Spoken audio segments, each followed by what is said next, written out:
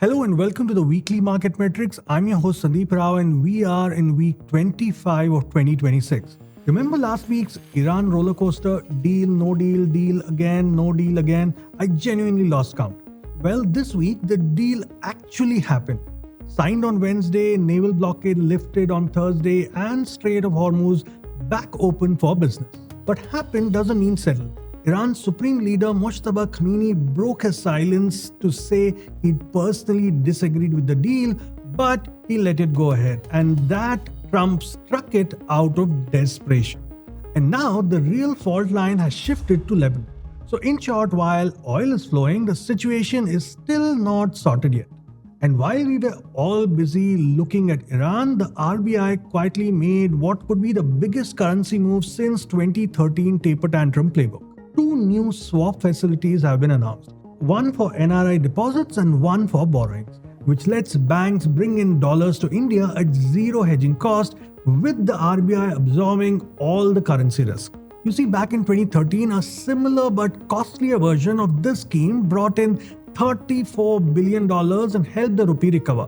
This one's way more generous, and the RBI is betting to bring in $40 to $50 billion this year. Let's see how that plays out. Well, the market seems to have liked the combination of the news, and Nifty closed the week about 24,000 mark, with India VIX cooling off below 30. And with that, let's look at what happened last week and what could happen the coming week.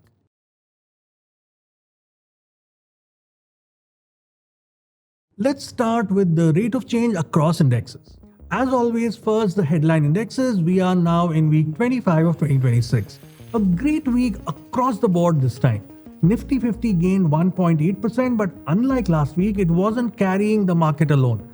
Next 50, midcap 150, small cap 150, microcap 250 all joined the party, gaining anywhere between 3% to 5%. If you look at the 3-month return, the story remains unchanged. Microcap 250 continues to lead the pack at 26.2%, while Nifty 50 remains the lowest at just 4%. What's interesting is that despite Nifty 50 being down 7.4% over the last 6 months, every other index is comfortably in the green. It's almost as if there are two markets running side by side, the one everyone talks about and the one which is actually making money. If we look at the YTD return numbers for microcap 250, again, it leads the pack at 11.1%, followed by small cap 250 at 6.3%. Next 50 and midcap 150 are now back in the green at 3.8% and 2.7% respectively, while Nifty 50 remains a clear laggard at minus 8.2%. We are almost halfway through 2026 and the story remains the same. The broader market continues to outperform the headline index. The rate of change chart from the weekly market metric sheet is on your screen. Nifty mid-select stands out again this week, up 2.6% for the week, 20.2% over the last 3 months, and still the strongest index on YTD basis at 6.1%.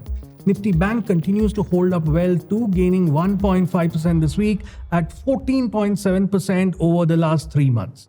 The broader takeaway remains the same. Financials and midcaps continue to do the heavy lifting, while Nifty 50 is still down 8.1% for the year.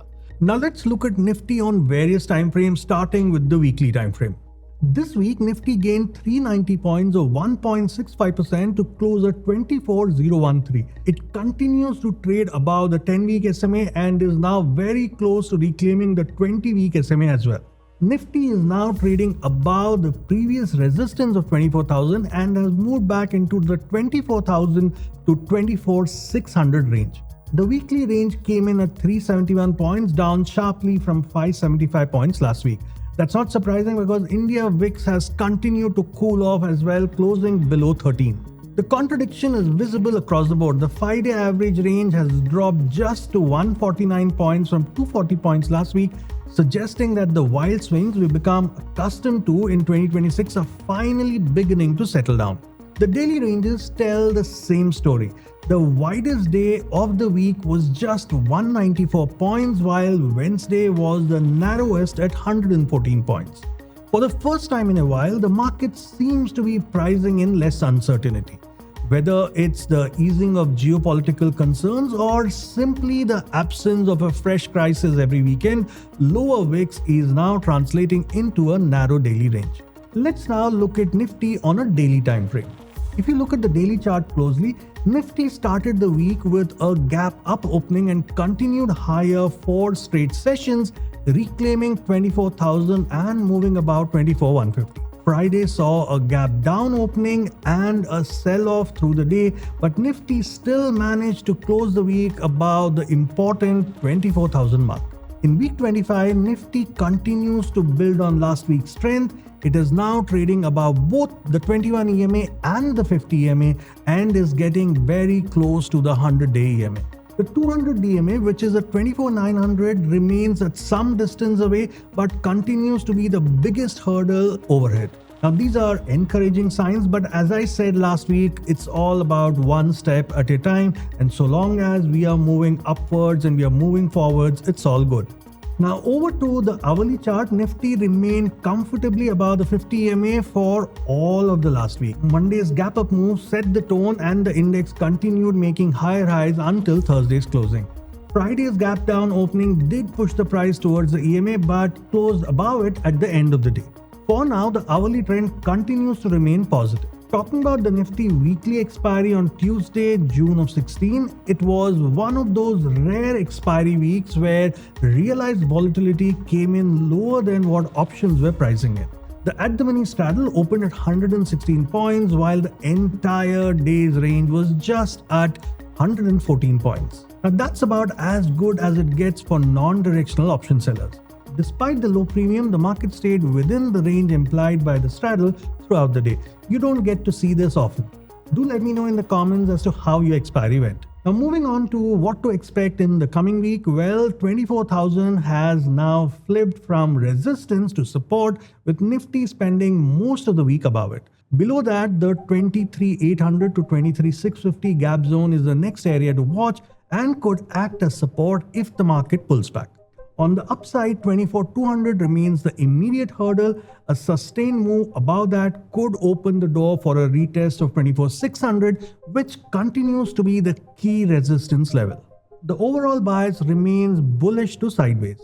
Now, if we look at the straddle premium to gauge the expected range for the upcoming weekly expiry on June 23rd, Tuesday, well, the at-the-money straddle closed at 192 points, down sharply from 281 points last week, implying an expected move of roughly 0.8% on either side. That gives us the expected range of 24,205 on the upside and 23,821 on the downside. With India VIX now below 13 and daily ranges contracting, the option market is clearly pricing in a much calmer week ahead. Moving on to India VIX, well, it fell 12% this week, closing below 13 for the first time after the first week of Feb 2026. Lower VIX is already translating into a narrower daily range and a more predictable market environment, something traders haven't had much of 2026. Moving on to the sectoral index performance this week, well, after 2 weeks of financials dominating the leaderboard, we have an entirely different top 5 this week. Nifty Realty takes the top spot with a 5.5% gain, followed by consumption at 3.5% and energy at 3.3%. Infra and PSE round out the top 5 with gains of 3 and 2.8% respectively. What's interesting is that there isn't a single financial sector in top 5 this week. Leadership has broadened out, which is generally, I would say, a healthy sign for the markets. If we look at the more granular Tijori Indexes, communication equipment is there yet again, and I have spoken about this index multiple times in the past, and let me know in the comments if you looked it up and if you made any decisions. Then we have defense, general insurance, wires and cables, which again is making a comeback, and insurance again. Well, if you're seeing insurance showing up twice this week, well, there could be a very specific reason for it. You see, back in early 1990s when NSE was being set up, institutions like LIC, GIC and New India Assurance became shareholders at prices that may look almost unbelievable. Under 1 rupees, those kind of prices. And with NSE filing its IPO papers this week, the market finally has a much clearer benchmark for what these holdings could be worth. GIC and New India Assurance are among the shareholders participating in the offer for sale, while LIC continues to remain NSE's largest shareholder. Whether this week's move in insurance stocks was entirely because of NSE's IPO is difficult to say, but the timing is certainly interesting. Now, I'm not sure if you saw this, but everyone seems to be suddenly writing an obituary for Indian IT services. At least it's starting to feel that way.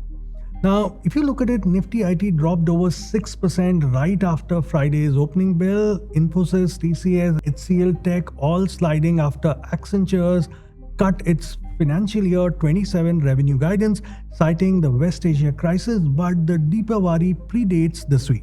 Vishal Sikka, who once made Infosys an early OpenAI investor, told CNBC this week that IT companies should go private. Public markets demand quarterly predictability, and that's exactly what stops radical reinvention, the kind Netflix made when it killed its own DVD business. We're also slowly seeing murmurs of layoffs across IT product and services companies on platforms like Reddit. The old bull case was that AI would expand demand for IT services, but what's playing out looks like the opposite. Alright, that's pretty much it for the sectors this week. And moving on to commodities, well, on a daily time frame, both Gold M and Silver M continue to look weak.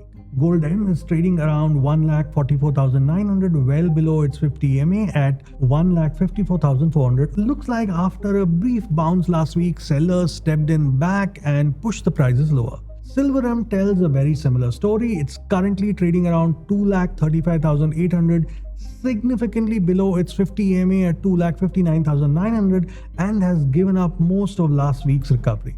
Both metals remain below their 50 EMAs, and for now the trend continues to be on the downside.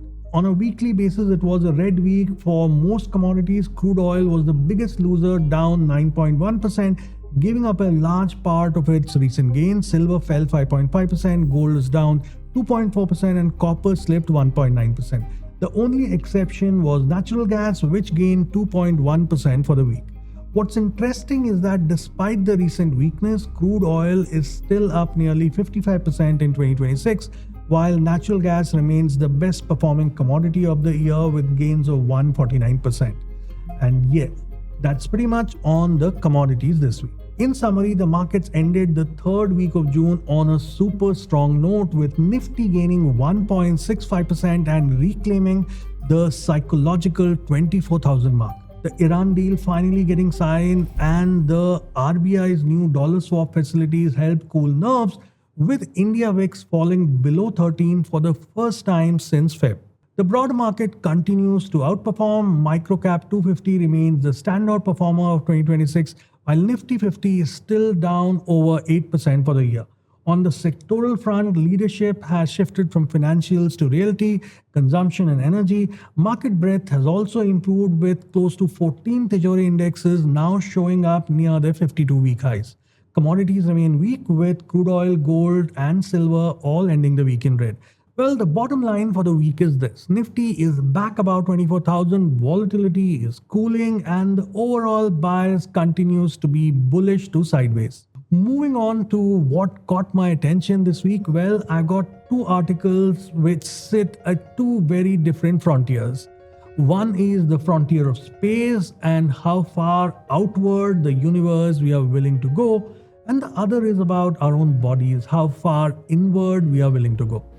The first is a blast from the past, but perfectly timed given all the SpaceX IPO chatter.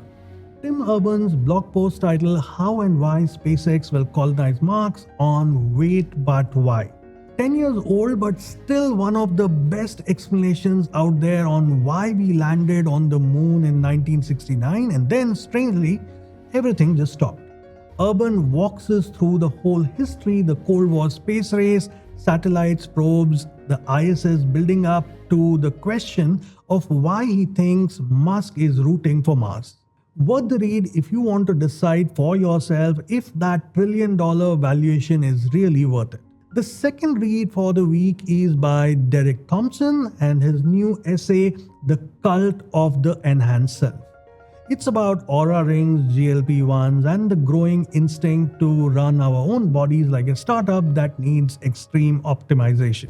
To be clear, Thompson isn't saying all of this doesn't work. By every health metric, it sure does. We will have more fitter people, way fewer diseases, and longer lives. His worry is what it may be costing us. The more we optimize our bodies, the lonelier we seem to be getting in the process and less happier as well. Links in the show notes. Now over to the events to factor in for the coming week. Well, looking ahead to the next week, it's a 4-day trading week. Thursday, June 25 is monthly expiry for the BSE indices, primarily Sensex, and Friday is a market holiday on account of Muharram. There are no major known macro events lined up for now, which should be a welcome news after the last few months of headline-driven volatility. And while we are on the topic of holidays, do check out Zerodha's holiday calendar. We've marked all long weekends, making it much easier for you to plan time away from markets. And yes, before I leave, with the ITR filing season currently underway, don't miss the Substack post titled Filing ITR, the bare minimum you should know, by Satya Sontanam of Zerodha Varsity. That's it for the week, and with that, we wrap up this week's weekly market metrics. If you find the series useful, don't forget to subscribe to the channel, and yes, do share it with your friends. Until then, stay curious, stay steady, and enjoy your weekend.